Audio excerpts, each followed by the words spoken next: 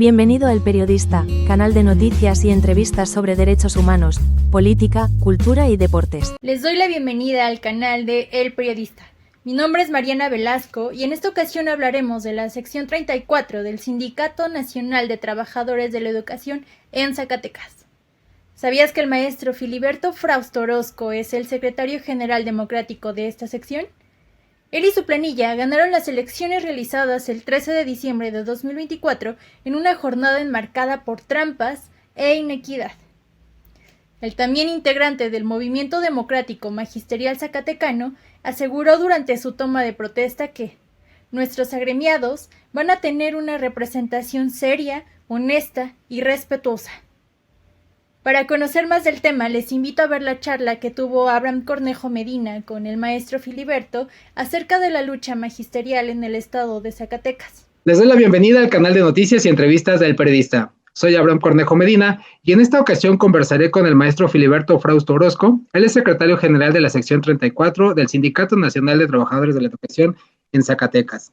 Maestro, bienvenido y gracias por aceptar la entrevista. Muchísimas gracias, un gusto estar en tu canal. Maestro, pues sin más, podríamos empezar porque nos diga quién es Filiberto Frausto Orozco, por favor. Claro que sí, soy un maestro que laboré durante 25 años, principalmente en escuelas multigrado, en escuelas rurales. Soy egresado de una normal rural, se llama General Matías Ramos Santos, de San Marcos, Zacatecas. Ahí adquirí una conciencia de clase, también pues la formación, no solo como docente, sino también como pues luchador social. Antes de eso, debo decir que soy originario de un municipio pequeño que está al sur del estado de Zacatecas. Se llama Tabasco, Zacatecas. Soy hijo de una ama de casa y de mi padre fue agricultor y conductor de un taxi. Después de la normal hice una maestría en la Universidad Pedagógica Nacional 321 de Zacatecas y desde el 2007 comencé a involucrarme en el asunto de la lucha magisterial, justamente en lo que hoy nos tiene movilizados, que es la abrogación de la ley del ISSSTE. En aquel tiempo intentamos con muchos compañeros en el estado y de igual manera en el país contener la aprobación de esa perniciosa ley, y allí fueron mis primeros acercamientos a la lucha magisterial. Me adentré con una responsabilidad importante en el 2013 en la lucha también magisterial en contra de la reforma de Enrique Peña Nieto. Allí mis compañeros de la región a la que pertenezco, región educativa, me nombraron como integrante de una mesa negociadora, y a partir de allí participé o he participado de manera permanente en un movimiento magisterial que se llama Movimiento Democrático Magisterial Zacatecano, que es una organización sindical disidente, y pues allí participamos en la lucha hasta el 2025 en el movimiento democrático, y este mismo movimiento democrático nos impulsó a contender en diciembre, a finales de noviembre y diciembre, en una contienda por la disputa de la directiva o comité de la sección 34. El magisterio de base se organizó y el 13 de diciembre se anotó una victoria épica, una proeza auténticamente, y ganamos la sección 34. El 17 de diciembre de 2024 tomamos protesta, y el 1 de febrero nos entregan la toma de nota. A partir del 17 la representación del magisterio del sistema federal en Zacatecas, y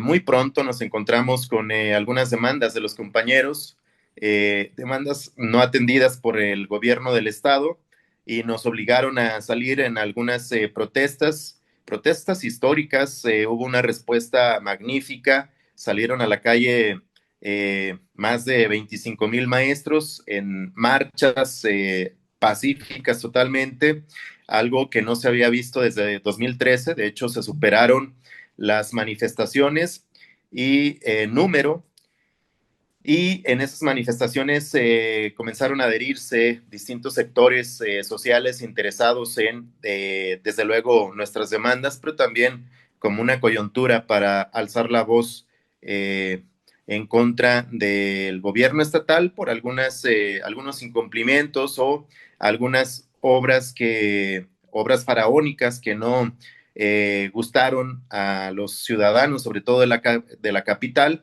y que vieron también pues la oportunidad de alzar la voz junto con nosotros, y por supuesto nosotros abrazamos también sus causas.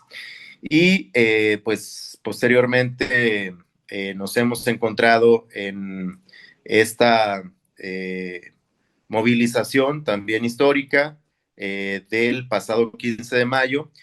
Cabe precisar que el Movimiento Democrático Magisterial Zacatecano, como organización disidente, pues pertenece a la Coordinadora Nacional de Trabajadores de la Educación, a la CENTE, y como tal participamos.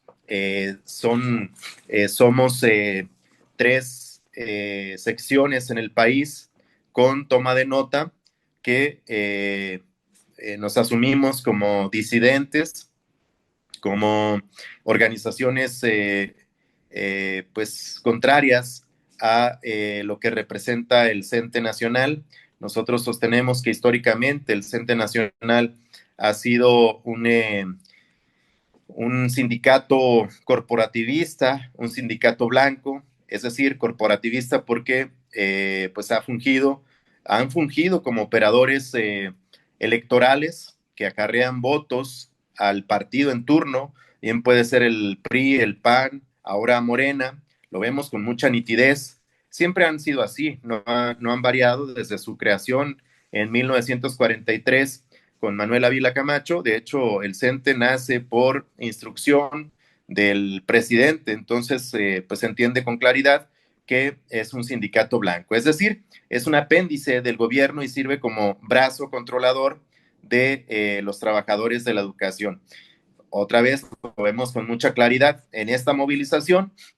Las secciones que están bajo la dirección de pues comités alineados con el CENTE Nacional, pues hicieron un trabajo de control, de disuasión de los intentos de los compañeros por organizarse y participar en esta huelga nacional. Entonces, ese ha sido nuestro papel en nuestros recorridos previo a la elección, en la campaña, pudiéramos decirle. Nosotros no nos gusta esa palabra, decimos en el brigadeo previo a la elección.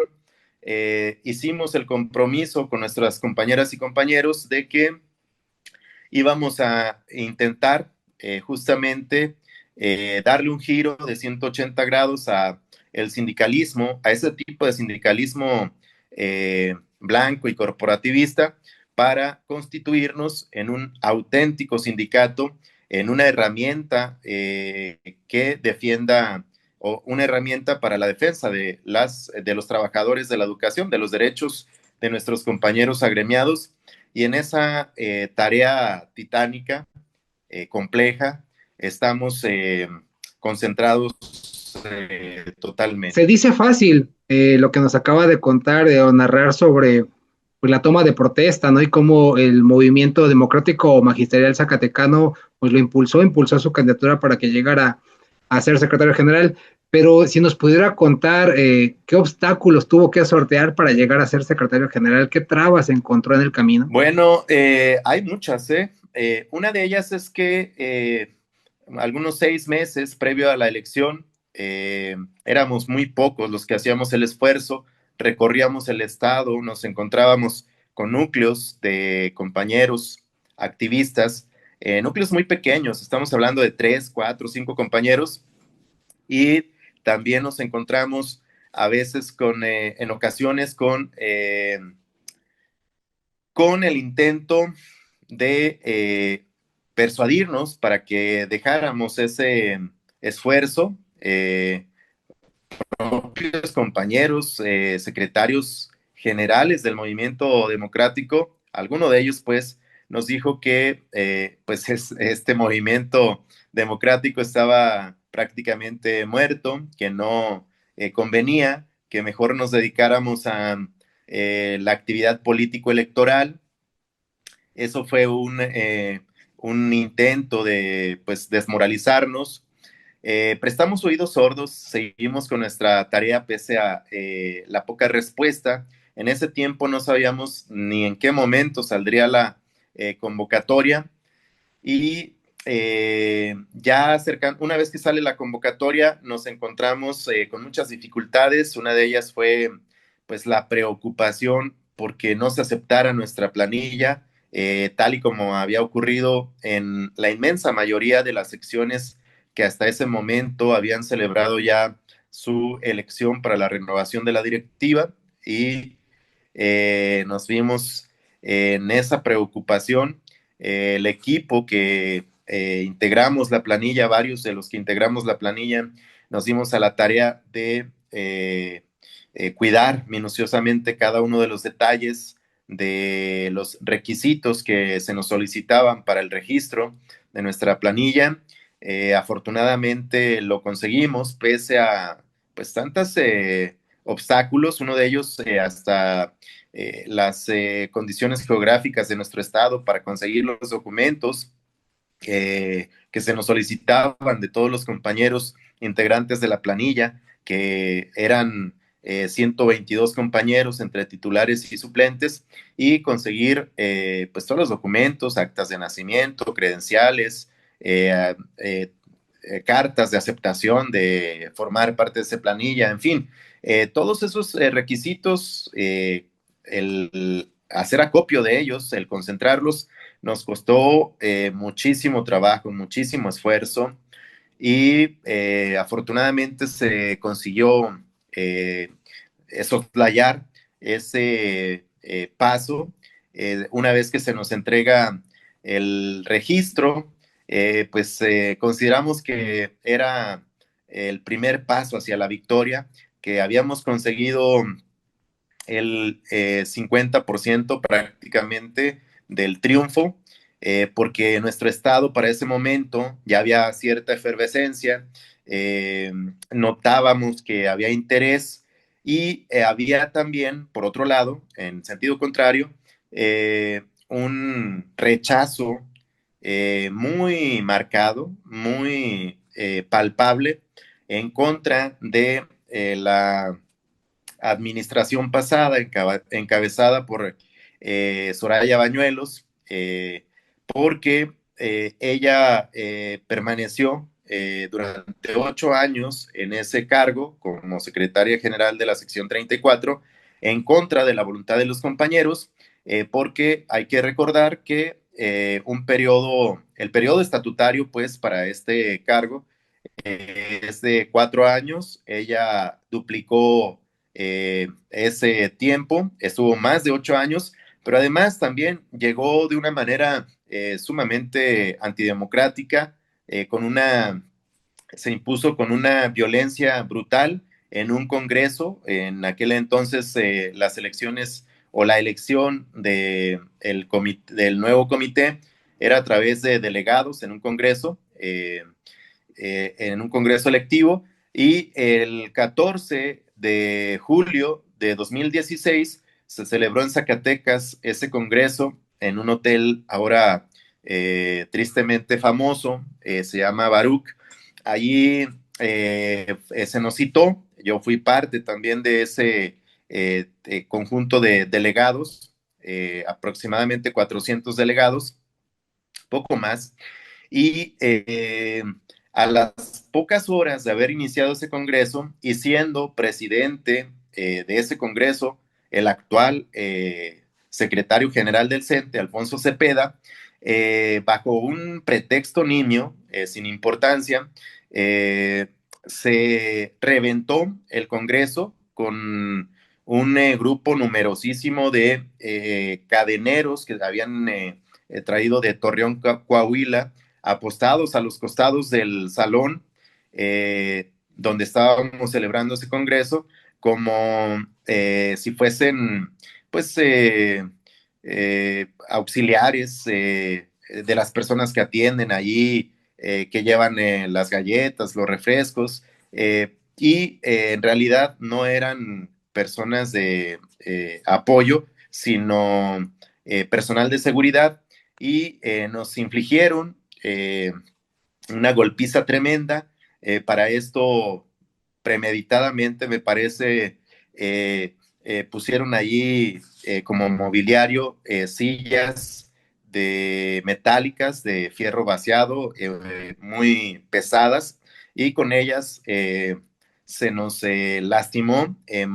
Una buena cantidad de compañeros tuvieron algunas heridas, y también varios compañeros fueron a parar al hospital.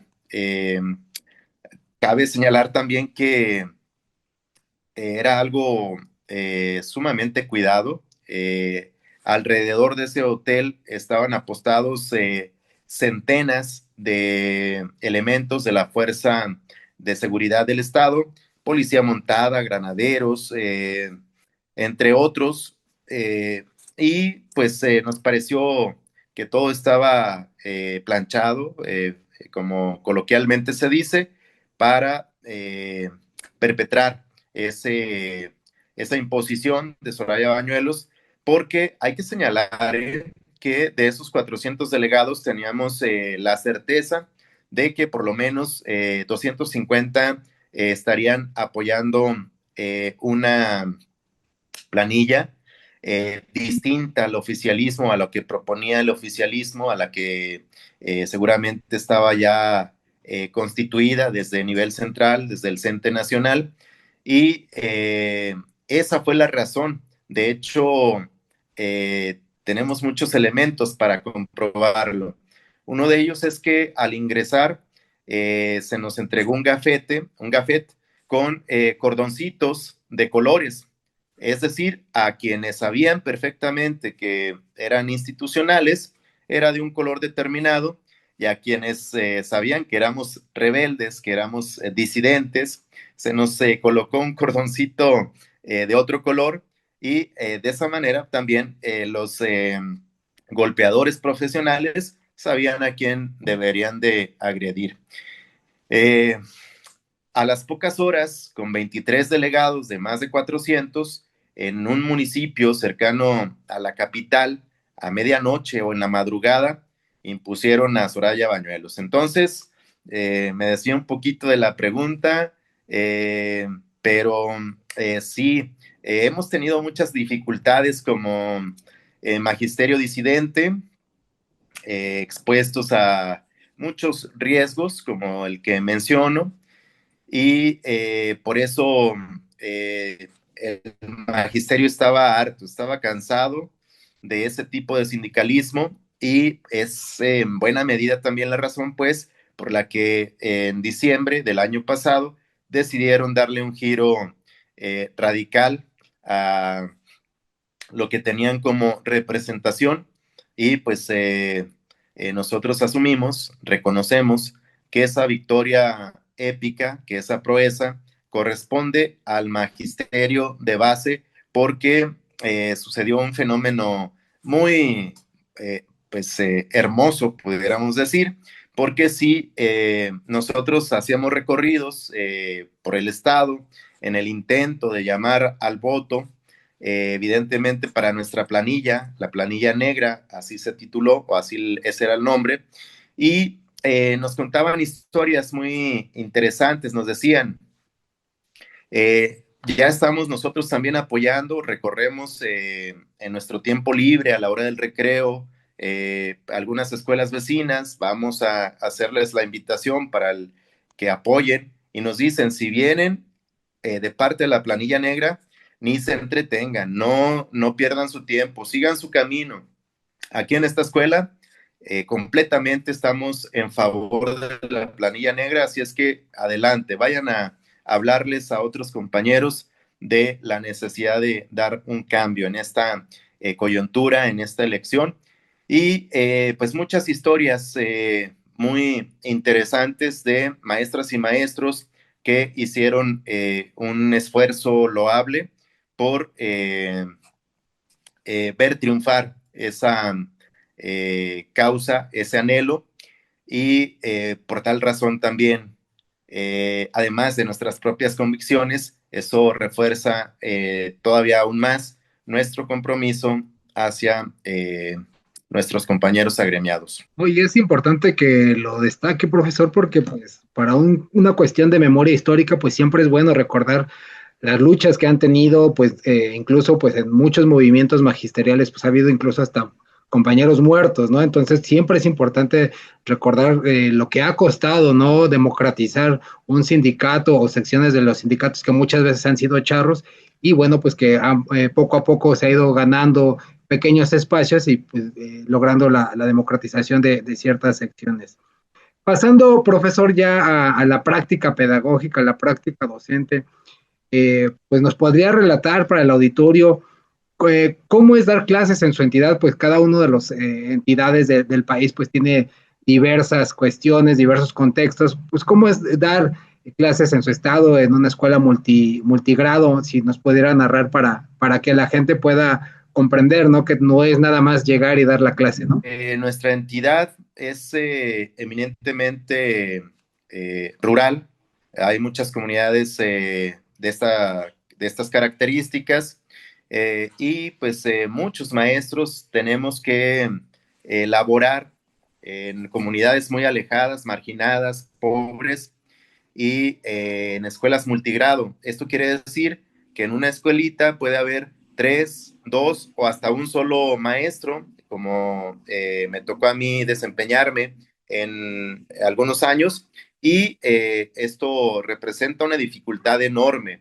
Un solo maestro tiene que atender 2, 3 o hasta los 6 grados de manera simultánea, lo cual, insisto, representa un alto grado de dificultad, la atención a niños tan en edades y niveles educativos tan diversos, y pues representa todo un reto, uno para llegar a la comunidad, otro para organizar los aprendizajes, pero en Zacatecas, como yo estoy completamente seguro en todo el país, hay un compromiso muy marcado de los maestros hacia la educación de sus alumnos. Eh, Creo que en buena medida hay esa conciencia de que somos educadores populares. Eso quiere decir que pues nuestro origen es generalmente sencillo, provenimos de padres que pertenecen a la clase trabajadora, nos asumimos también producto de la educación pública financiada con los recursos de la población, del pueblo, porque pues son quienes pagan en realidad impuestos, la clase alta, los dueños del capital, pues evaden siempre el pago de impuestos. Entonces nos asumimos como educadores populares, sabemos que nos debemos a nuestras comunidades. Muchos de los compañeros fungen como gestores en sus comunidades, son quienes han hecho a lo largo de la historia mejoramientos importantes en las instituciones, pero no solo eso, han acompañado a las comunidades para también hacer distintas gestiones en beneficio de las localidades en general. Entonces, hay un vínculo estrecho entre maestros y sociedad, y se ha mantenido ese vínculo. Lo hemos visto muy notoriamente, muy palpablemente en esta movilización en la que, pese a las campañas mediáticas dirigidas o con el propósito de minar la imagen del maestro. No se diga en 2013 con documentales perversos como el de Panzazo. Se ha mantenido ese vínculo y resalto ese vínculo en esta movilización. Mientras nosotros estábamos en la Ciudad de México, aquí en Zacatecas, se estaban realizando diversas actividades de protesta y padres de familia, distintos sectores sociales, propietarios de negocios, locatarios de por ahí de la capital, llevaron su solidaridad y sus muestras de empatía, de comprensión a los maestros, las llevaron un poco más y las convirtieron en actos de generosidad, apoyando con víveres y de distintas maneras al magisterio.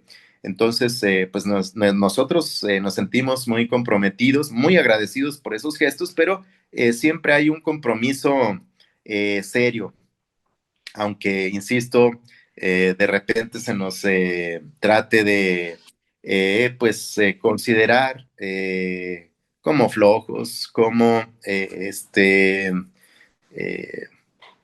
revoltosos, entre otros calificativos que se nos han endilgado. Nosotros siento yo que hay un compromiso muy serio del magisterio hacia sus comunidades y esa es la forma en que se da la educación. Evidentemente, pues hay muchos compañeros que laboran en el medio urbano, pero nosotros estamos como comité tratando, una vez que superemos estas contingencias, estas urgencias, con el propósito de de convocar a un congreso educativo en el que vayamos constituyendo un proyecto alternativo de educación dirigido o más bien con el propósito de que sirva de mejor manera a nuestras niñas, niños, adolescentes que tiene el Estado y sobre todo considerando una educación no para la reproducción social, no para que permanezca el statu quo, sino con la finalidad de la escuela mexicana, pero como un intento de aquí te lo propongo, pero si no lo lees y si no lo llevas a cabo mejor. Me refiero a una educación emancipadora, liberadora, que nos lleve a, primero, leer con claridad la realidad. Como dice Freire, el primer paso es que llevemos a nuestros alumnos a la lectura del mundo, de la realidad, y el segundo paso, pues transformarla. Y sí, así lo maneja un poco la nueva escuela mexicana, pero como con ganas de que nadie se entere y no lo lleve a la práctica. Nosotros sí vamos a procurar, insisto, una vez que salgamos de estas urgencias, muy probablemente a inicios del próximo ciclo escolar, estar haciendo ese llamado para que en base a la experiencia de nuestros compañeros docentes, una experiencia valiosa que no se ha recuperado, pues nosotros haremos ese esfuerzo para que en base a esa experiencia podamos construir ese proyecto alternativo, pero sí, con ese enfoque, no un proyecto alternativo pues improvisado o a ver qué sale, sino sí desde un principio con esa intencionalidad, con esa finalidad de que lleve con mucha nitidez ese enfoque del que te hablo, una escuela liberadora, una escuela emancipadora que forme alumnos críticos en el más amplio sentido de la palabra. Eso es lo que tenemos en educación acá en Zacatecas. La frase "el maestro luchando también está enseñando", ¿cuál es el fondo de esta, profesor? Tiene que ver con lo que mencionaba hace un rato, con la escuela mexicana de leer el mundo, de leer la realidad, y el siguiente paso es transformarla. La lucha del magisterio, pues es pedagógica, es ilustrativa, porque ponemos con nuestro propio ejemplo que ante un acto de injusticia o en este caso ante una ley injusta, pues lo correcto es protestar, que no podemos quedarnos cruzados de brazos ante una condición de opresión, que lo correcto es luchar por cambiar esa situación. Entonces, me parece que también la lucha es pedagógica, es didáctica también. Y por eso sostenemos, me parece correcta la consigna de que el maestro luchando también está enseñando. Eh, es una lucha permanente de la clase trabajadora, o debe de ser una lucha permanente, la de la clase trabajadora, para reivindicar sus derechos, para evitar que esos derechos sean violentados o sean conculcados. Profesor, y si nos pudiera mencionar si en el estado de Zacatecas hay algunas demandas muy puntuales del sector magisterial. Estamos aquí en Zacatecas, pues con algunas demandas así puntuales, como el incremento de un bono para nuestros compañeros jubilados. A ellos se les dan 3 bonos al año que, pues, honestamente no ayudan mucho a su precaria situación en muchos casos de ellos. Les dan 3 bonos, uno de manera cuatrimestral, dos de ellos son de 400 pesos y el de diciembre, al que llaman bono navideño, de 1,200. Entonces son bonos muy, pues, mínimos, y lo que se está planteando es un incremento en esos bonos, en la cantidad de esos bonos.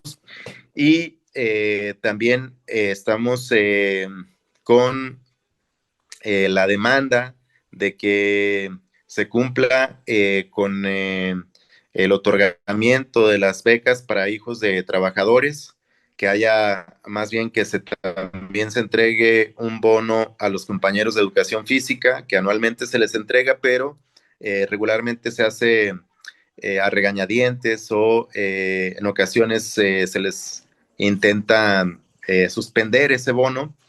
Y son principalmente las demandas que tenemos. Evidentemente tenemos algunas de orden federal, pero las que corresponden al Estado, esas serían principalmente. Finalmente, maestro, ¿algo más que desea agregar y que no le haya preguntado? No, solamente agradecer muchísimo a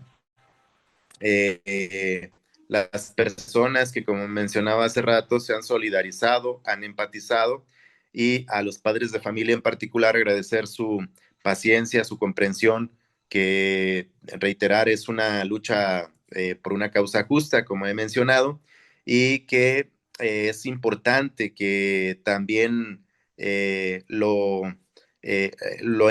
estén enterados ellos, y ojalá también pudieran respaldar nuestra lucha, porque eh, esta ley del ISSSTE también tendrá sus repercusiones negativas en la educación. Yo les comento que es probable que en 10, 15 años tengamos una crisis educativa, porque un sector importante del magisterio estará dentro de un salón de clases con una edad de más de 60 años.